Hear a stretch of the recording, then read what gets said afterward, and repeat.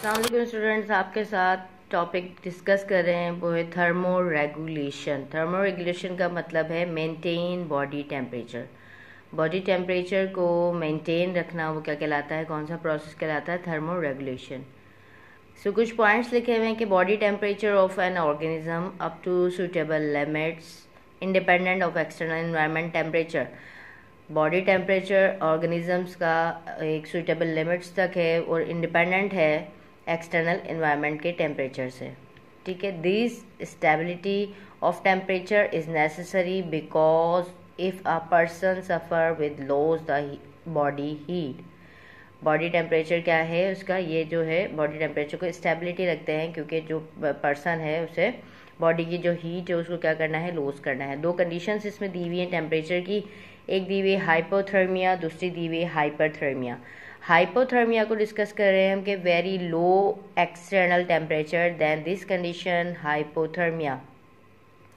जब external temperature क्या होगा, लो होगा, तो बॉडी का भी टेम्परेचर जो है वो क्या होगा, डाउन कंडीशन पे जाता जाएगा। उसकी कॉम्प्लिकेशंस क्या हैं, उसमें लो मेटाबॉलिक एक्टिविटीज़ हो सकती हैं, कार्डियक अरेस्ट हो सकता है, brain damage and even death. Metabolic activities का लो हो जाना मतलब केमिकल रिएक्शंस जितने भी हो रहे हैं वो क्या करेंगे, अपना काम कम कर देंगे, स्लो फंक्शन कर देंगे। कार्डियक अरेस्ट मतलब कार्डियक हार्ट अटैक आने का खतरा है, ब्रेन के डैमेज होने का खतरा है और डेथ हो सकती है। हाइपरथर्मिया का टेम्परेचर की बात करें तो if the body temperature rise from 37 degree centigrade to 42 degree centigrade, 37 degree centigrade से 42 डिग्री सेंटीग्रेड तक बढ़ सकता है या उससे भी ज़्यादा हो सकता है। तो टेम्परेचर का ज़्यादा होना हाइपरथर्मिया और कम होना हाइपोथर्मिया कहलाता है। कॉम्प्लिकेशन हाइपोथर्मिया की क्या है कि फीवर हो सकता है, ऑस्मोरेगुलेटरी इम्बैलेंस हो सकता है, स्ट्रोक हो सकता है, जो स्ट्रोक का मतलब हमारे ब्रेन को डैमेज करना, और even death in rare cases के अंदर। ये तमाम कॉम्प्लिकेशंस हो सकती हैं अगर टेम्परेचर बढ़ जाए तो। Temperature is the limiting factor for enzyme activity. Temperature जो है वो क्या है, लिमिटिंग फैक्टर है किसके लिए, एंजाइम एक्टिविटी के लिए। Body metabolism depends upon the enzyme and change in temperature affect the working of enzyme which disturb the metabolic activity. Body का जो मेटाबॉलिज्म है वो डिपेंड करता है किसके ऊपर, एंजाइम्स के ऊपर। और अगर टेम्परेचर इफेक्ट होगा इस एंजाइम के ऊपर तो एंजाइम की जो वर्किंग है वो क्या हो जाएगी, वो डिस्टर्ब हो जाएगी और मेटाबॉलिक एक्टिविटी पे असरअंदाज होगा इस चीज़ का। Animal classification on the basis of thermo regulation. Animal को क्लासिफाई किया गया है थर्मो रेगुलेशन की बेसिस पर। कुछ उसमें टर्म्स बताए गए हैं, the capability to maintain body by utilising different heat sources. उसमें बताई गई कि बॉडी की हीट जो मेंटेन करना है डिफरेंट हीट सोर्सेज के थ्रू, वो कौन कौन से हैं। एक बताया फर्स्ट पे एक्टोथर्म, दूसरा इसी के साथ आपको बताया है आपकी बुक के अकॉर्डिंग एंडोथर्म्स। तो फर्स्ट पे हम एक्टोथर्म को डिस्कस करते हैं कि those animals who drive temperature to warm their bodies from external sources are called ectotherm और poikilotherms। वो एनिमल्स जो अपना टेम्परेचर कहाँ से हासिल करते हैं, बाहर से हासिल करते हैं, एक्सटर्नल सोर्सेज से हासिल करते हैं, जो जिनकी बॉडी इंटरनली टेम्परेचर मेंटेन नहीं कर सकती, वो तमाम स्पीशीज़ क्या कहलाती हैं, एक्टोथर्म्स कहलाती हैं या पोइक्लोथर्म्स कहलाती हैं। सिम्टम्स क्या हैं इसके, ectotherms rely on environmental heat sources. Ectotherm जो है वो किस चीज़ पे डिपेंड करते हैं, एनवायरमेंटल हीट सोर्सेज पे। Ectotherms live in environment where in which temperature are constant such as tropic और ओशन। इनका जो टेम्परेचर वो क्या होता है, कांस्टेंट होता है, क्योंकि ये अपना टेम्परेचर कहाँ से लेते हैं, इन्वायरमेंटल कंडीशन से लेते हैं। एग्जाम्पल्स में क्या आते हैं, कौन कौन सी स्पीशीज़ में आती हैं, इन्वर्टिब्रेट्स आ जाते हैं, फिशेस होती हैं, एम्फीबियंस होते हैं एंड रेप्टाइल्स होते हैं। एक्टोथर्म्स अगर हम लिजर्ड की बात करें तो अब देखें आगे जो है वो सर्दियाँ आने वाली हैं। सर्दियों में क्या होता है, लिजर्ड हमारे पास गायब हो जाती हैं। गायब क्यों हो जाती हैं, क्योंकि वो एक्सटर्नल सोर्सेज से अपनी हीट बॉडी के अंदर प्रोड्यूस करती हैं, यानी कि बाहर से हीट लेती हैं। जब बाहर का मौसम ही ठंडा होगा तो वो ऐसी जगह पे चली जाती हैं जहाँ पे उनको हीट, बाहर इन्वायरमेंटल हीट जो है वो मिलती रहे। जैसे कि रेप्टाइल्स में आ रही हैं, उस तरीके से एम्फीबियंस के अंदर फ्रॉग आ रहे हैं, फिशेज़ हैं वो कुछ इन्वर्टिब्रेट्स हैं जो इसकी एग्जाम्पल्स में आ रहे हैं। एंडोथर्मिक कंडीशन क्या है, animal who maintain a constant internal body temperature usually within a narrow range of temperature are called endotherms और होम्योथर्म्स। अब एंडोथर्म्स वो एनिमल्स हैं जो अपनी बॉडी का टेम्परेचर, इंटरनली बॉडी टेम्परेचर क्या करते हैं, मेंटेन करते हैं, या इंटरनली हीट प्रोड्यूस करते हैं, या इंटरनली हीट क्या करते हैं, जनरेट करते हैं, तो वो कहलाते हैं एंडोथर्म स्पीशीज। उसके सिम्टम्स कुछ यहाँ लिखे हुए हैं। Animals regulate their own body, animals जो है अपनी बॉडी को क्या करते हैं, रेगुलेट करवाते हैं temperature through internal metabolic process, temperature के थ्रू, और कौन से, इंटरनल मेटाबॉलिक प्रोसेस पे। दूसरा पॉइंट लिखा हुआ है एक्सटर्नल इन्वायरमेंट बिकम कोल्ड और hot, they autonomically monitor this change and maintain the body temperature up to the normal range through physiological and behavioural strategies. External environment के through अगर वो ठंडा है या गर्म है तो ऑटोमेटिकली वो मॉनिटर करते हैं और अपनी बॉडी के टेम्परेचर को क्या करवा लेते हैं, मेंटेन करवा लेते हैं, फिजियोलॉजिकली भी, यानी कि इंटरनली, और बिहेवियरल स्ट्रेटजीज को अपनाते हुए बॉडी के टेम्परेचर को मेंटेन करवा लेते हैं। इसके एग्जाम्पल में है animals include birds and mammals. इसके अंदर कौन से आ जाते हैं, एंडोथर्म्स में बर्ड्स और मैमल्स आ जाते हैं। थर्ड और लास्ट टाइप इसकी है हेट्रोथर्मिक एनिमल्स। हेट्रोथर्मिक एनिमल्स कौन से एनिमल्स होते हैं, ये वो एनिमल्स हैं जो होम्योथर्म्स और एंडोथर्म्स को क्या करते हैं, दोनों के दरमियान जो है, मतलब होम्योथर्म्स होंगे या एंडोथर्म्स होंगे तो उनसे क्या कर सकते हैं, स्विच कर सकते हैं, ठीक है। These animals can switch between homeotherms and endotherms. This change in strategies typically occur on a daily basis और एन एनुअल बेसिस। या तो ये चेंज इनके साथ क्या आ सकता है, डेली बेसिस पे भी आ सकता है, या एनुअल चेंजेस भी कर सकते हैं अपने टेम्परेचर के अंदर, कि वो स्विच कर जाते हैं। This animals regulate body temperature, ये अपनी बॉडी टेम्परेचर को क्या करते हैं, रेगुलेट करवाते हैं रूटीन बेसिस पे, usually as constant, but allow body temperature to fluctuate with the environment when inactive. ये क्या करते हैं, अलाउ भी करते हैं बॉडी टेम्परेचर को क्या कर सके, वो फ्लक्चुएट कर सके इन्वायरमेंट के साथ। अब उसमें एग्जांपल्स कौन सी होती हैं, बैट होता है, बैट है, और ह्यूमिंग बर्ड्स हैं। ये क्या करते हैं, the internal temperature of the animal drop during specific period of time usually when food is scarce. ये इंटरनली टेम्परेचर को अपने क्या करते हैं, ड्रॉप करवाते हैं कुछ कंडीशंस पे, स्पेसिफिक पीरियड के अंदर या स्पेसिफिक टाइम में, के और ख़ास करके जब इनको खाने की तलाश हो, मतलब जब ये फूड जो है वो स्कार्स करें, तलाश करें, तो वो तब जाके ये अपना टेम्परेचर क्या करवाते हैं, फ्लक्चुएट करवाते हैं, और ये स्पीशीज़ कहलाती हैं हमारे पास हेट्रोथर्मिक एनिमल्स कहलाती हैं। नेक्स्ट टॉपिक आपका है थर्मो रेगुलेशन इन ह्यूमंस को डिस्कस कर रहे हैं। ह्यूमंस मतलब हम अपनी सबकी खुद की बात कर रहे हैं। इंट्रोडक्शन क्या है इसमें, कि human maintain their body temperature at suitable limit that is 37 degree centigrade. Human जो है अपनी बॉडी का टेम्परेचर क्या कर लेते हैं, मेंटेन कर लेते हैं। They are adapted some behavioural और physiological strategies to adjust thermogenesis in cold and hot environment. वो क्या करते हैं, अपनी बॉडी टेम्परेचर को फिजियोलॉजिकल या बिहेवियरल कंडीशंस के दौरान तरीके से अपने कोल्ड या हॉट इन्वायरमेंट के अंदर बॉडी के टेम्परेचर को मेंटेन करके रखते हैं। अब फर्स्ट वन आपके साथ जो है थर्मोस्टेट को डिस्कस करें। थर्मोस्टेट ऑफ द बॉडी किस तरीके से पता चलता है बॉडी को कि टेम्परेचर ज़्यादा हो रहा है या कम हो रहा है, तो हमारी बॉडी में एक थर्मोस्टेट लगा हुआ है। जैसे स्त्री के अंदर हम देखते हैं एक हमारे पास थर्मोमीटर है कि हम उसे स्त्री को ज़्यादा भी कर सकते हैं, कम भी कर सकते हैं, उसके पावर को बढ़ा भी सकते हैं, कम भी कर सकते हैं। उसी तरीके से थर्मोस्टेट हमारी बॉडी में लगा हुआ है, जिसे बताता है, हमारे ब्रेन को मैसेज करता है, और वो बताता है कि भाई टेम्परेचर बॉडी का ज़्यादा हो रहा है या कम हो रहा है। वो है thermoregulation is controlled by an important part of our brain called hypothalamus. Hypothalamus thermostat के तौर पे काम करता है हमारी बॉडी के। तो हमें बॉडी का टेम्परेचर अगर बढ़ रहा है या कम हो रहा है तो हमारे ब्रेन के पास जो हमारा पार्ट मौजूद है हाइपोथैलेमस, वो क्या करता है, मैसेज करता है बॉडी को मेंटेन करने की, which is considered as the thermostat और सेट पॉइंट फॉर टेम्परेचर। इसको हम क्या कहते हैं भाई, थर्मोस्टेट कह रहे हैं, या फिर सेट पॉइंट ऑफ टेम्परेचर भी कहा जाता है।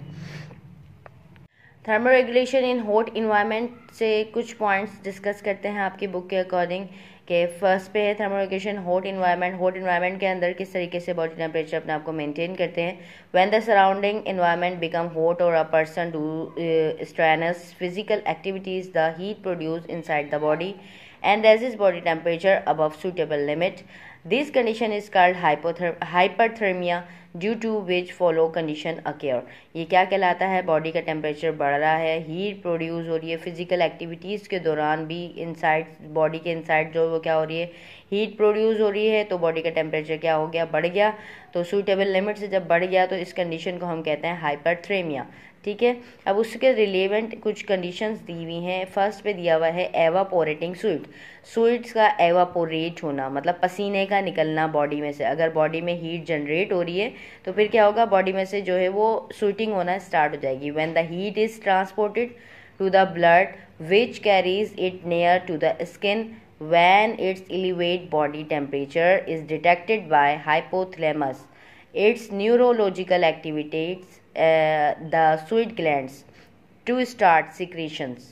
क्या है भाई कि जब हीट प्रोड्यूस हो रही है, ट्रांसपोर्ट हो रही है किसमें, ब्लड से, तो कैरीज क्या स्किन के थ्रू, तो फिर एलिवेट होता है बॉडी टेम्परेचर। किस तरीके से डिटेक्ट करता है, हाइपोथैलेमस डिटेक्ट करेगा न्यूरोलॉजिकली कि स्वीट ग्लैंड्स को कहेगा कि भाई स्टार्ट की जाए क्या, सिक्रेशंस एज द स्किन परस्पायर, ताकि स्किन के ऊपर क्या आ सके, परस्पायरेशन हो सके, पसीना आ सके।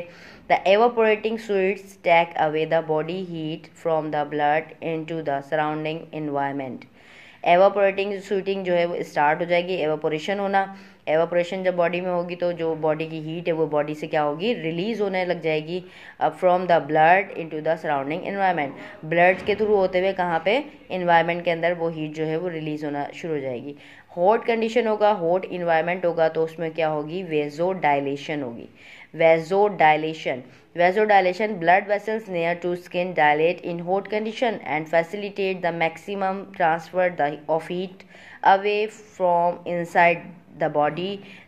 These dilation of blood vessels is called vasodilation. Blood vessels का क्या हो जाना, बढ़ जाना, ब्लड वेसल का डायलेशन हो जाना, बढ़ जाना, तो उसमें से ताकि ज़्यादा से ज़्यादा हीट जो है वो प्रोड्यूस हो सके, तो वो क्या कहलाती है, वेजो डायलेशन कहलाता है प्रोसेस। नेक्स्ट जो है कंडक्शन की बात कर रहे हैं। Conduction means heat transfer through some physical interaction. Conduction का मतलब क्या है कि भाई हीट ट्रांसफ़र हो कुछ फिजिकल इंटरेक्शन की वजह से। तो किस तरीके से करते हैं वो कंडक्शन हम लोग, एग्जाम्पल जैसे प्रिकली हीट पाउडर, हम पाउडर यूज़ करते हैं गर्मी को ख़त्म करने के लिए, और ice pack max cooling effect on skin. हम क्या करते हैं, आइस पैक्स लगाते हैं कहाँ पे, अपनी स्किन पे, ताकि हमें ठंडक का एहसास हो सके, और ये प्रोसेस हमारा कहलाता है कंडक्शन। दूसरा प्रोसेस हमारे पास convection. Convection means transfer of body heat by movement of air और water molecules across the skin. हम स्किन को किस में रखते हैं, ज़्यादा हवा में रखते हैं, या फिर पानी के मॉलिक्यूल्स, यानी कि बार बार नहा कर आना गर्मी के मौसम में, और या फिर अपनी बॉडी को हवा की तरफ रखना, तो वो क्या कहलाता है, कन्वेक्शन प्रोसेस कहलाता है। ठीक है। नेक्स्ट इसका आपके साथ क्या है, thermo regulation in cold environment. Thermo regulation हो रही है किसमें, कोल्ड इन्वायरमेंट में। इसमें बॉडी किस तरीके से अपनी बॉडी को, अपने आप को, अपने टेम्परेचर को मेंटेन रखती है। When the body experience cold environment and body temperature tends to decrease, this condition is called hypothermia. Body अगर कोल्ड इन्वायरमेंट में है तो बॉडी टेम्परेचर क्या हो जाएगा, डिक्रीज हो जाएगा, और उसे हम कहते हैं हाइपोथर्मिया। तो उसके अंदर फर्स्ट पॉइंट लिखा हुआ है रिड्यूस परस्पायरेशन, यानी कि पसीने का ख़त्म हो जाना या नहीं निकलना। तो हम किस तरीके से करते हैं, to conserve body heat, hypothermia perspiration reduce. Body heat को बचाने के लिए परस्पिरेशन का क्या कर देना, रिड्यूस कर देना, तो वो क्या कहलाता है, वो कंडीशन क्या कहलाती है, रिड्यूस परस्पिरेशन कहलाती है। वेजो कंस्ट्रक्शन, उससे पहले हम वेजो डायलेशन पढ़ के आए थे। हॉट सीजन में क्या होते हैं, ब्लड वेसल का बढ़ जाना, इसमें ब्लड वेसल्स क्या हो रही हैं, सिकुड़ रही हैं। ठीक है। Vasoconstriction to conserve body heat in hypothermia, blood vessels become narrow and carrying blood down to skin, this condition is known as vasoconstriction. Blood की जो बॉडी की जो हीट है वो क्या हो रही है, बॉडी के अंदर ही होगी, क्योंकि वेजो कंस्ट्रक्शन हो गया, ब्लड वेसल्स क्या हो गई हैं, नैरो हो गई हैं।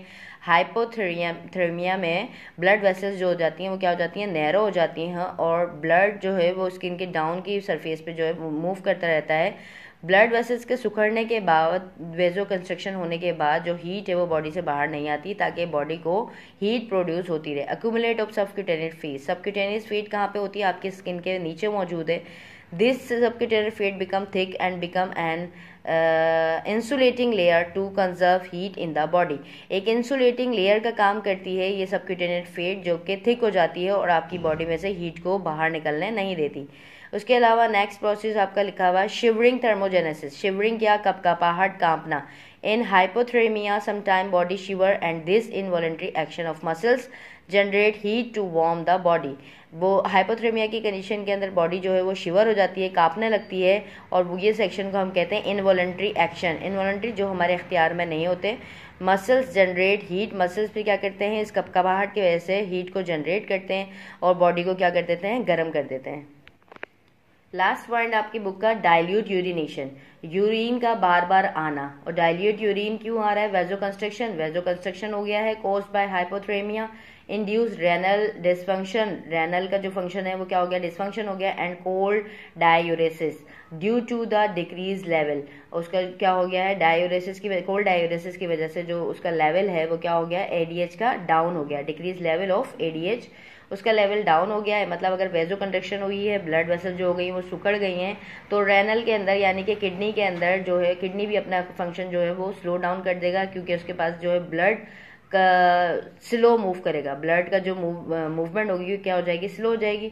The decrease level of anti diabetic hormone result in dilute urine, जब इसके अंदर जब ये डिक्रीज लेवल हो जाएगा एडीएच का, क्योंकि एडीएच क्या करता है, ज़्यादा से ज़्यादा पानी को रीएब्जॉर्ब करवाता है ना, पानी जब इसका लेवल ही क्या हो गया है, डिक्रीज हो गया है, तो ये पानी को रीएब्जॉर्ब नहीं करवाएगा। इसी वजह से जो यूरिन आएगा वो कौन सा होगा, डायलेटेड होगा, बहुत पतला यूरिन आएगा। और सर्दियों में बार बार जो यूरिन आता है वो इसी वजह से कि एडीएच का लेवल क्या हो जाता है, डाउन हो जाता है टेम्परेचर को, कोल्ड डायरेसिस की वजह से या सर्दी की वजह से जो है एडीएच अपना फंक्शन को लूज करवा देते हैं, ब्लड की जो सर्कुलेशन है वो क्या हो जाती है, डाउन हो जाती है।